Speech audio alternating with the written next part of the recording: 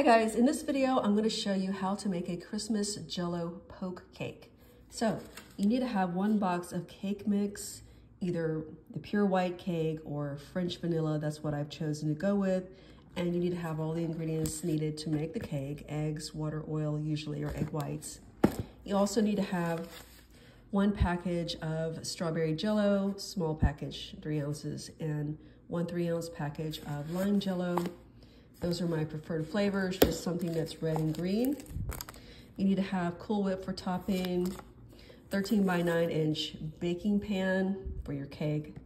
You need to have either Crisco shortening or baking spray with flour to grease your baking pan. And for decorations, of course you can do whatever you like, but I have chosen red and green and white sprinkles for Christmas. The first step in making your Christmas Jell-O poke cake is to make your cake, bake it in the oven, make it according to package directions. While your cake is baking in the oven, you want to separate your 2 Jell-Os.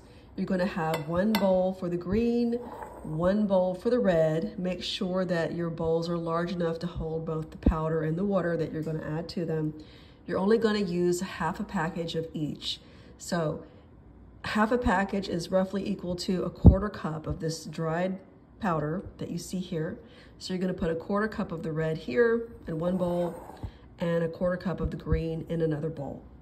Once your cake has finished baking, you're going to use the end of a wooden spoon or another similar object. I don't have any wooden spoons, believe it or not, but I do have an object that has a round end.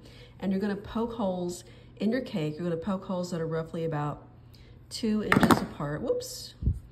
You know, you want to make sure that, you know, that the holes hold the Jell-O. You wanna go for that red and green, you know, multicolor effect.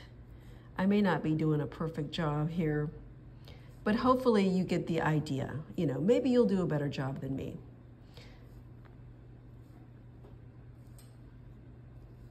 Okay, I think that's good enough. And then you're going to pour your Jell-O mixture into the holes. And we're gonna do that whenever I come back. Next step is to add 1/2 cup of boiling water to each bowl of Jell-O, each color. Be careful and don't burn yourself. And then you're going to add 1/4 cup of cold water to each bowl, and you're going to whisk. The next step is to add 1/4 cup to each bowl. If you can see what I'm doing, there's 1/4 cup. This is also 1/4 cup. I just taken 1/2 cup here, but I've only filled it halfway. That's 1/4 cup. It's going into the green as well. And then you're going to whisk both of them until all of your powder has melted. It's well blended. Now comes the fun part. You are going to add the Jell-O to the cake. Filling each hole, you're going to alternate the colors. Let's see here. Yeah, I think that's about right.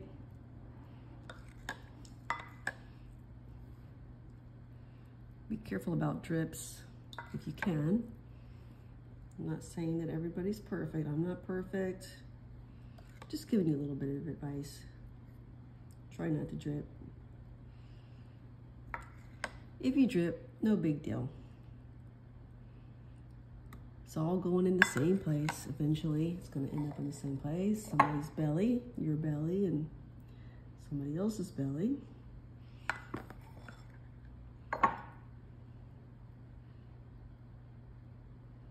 And hopefully you get the idea. You want to tackle the red. Try not to mix the colors, because if you do, if you ever notice that when you mix certain colors, what are they called? Complementary colors, it turns kind of a grayish color or a brown.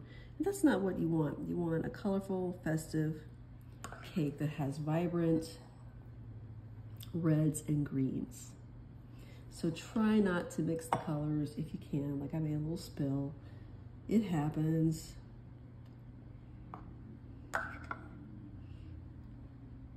And I've discovered from filling up the green holes that this half packet of Jell-O is just enough for each of the holes that I've made.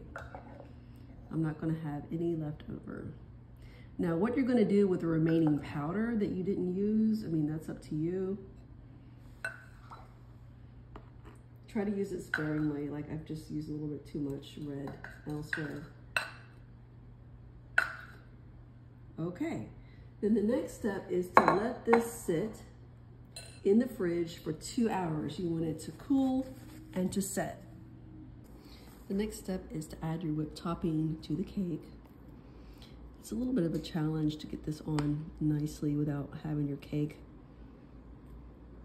tear a little bit. If you know a better way of doing it, please let me know.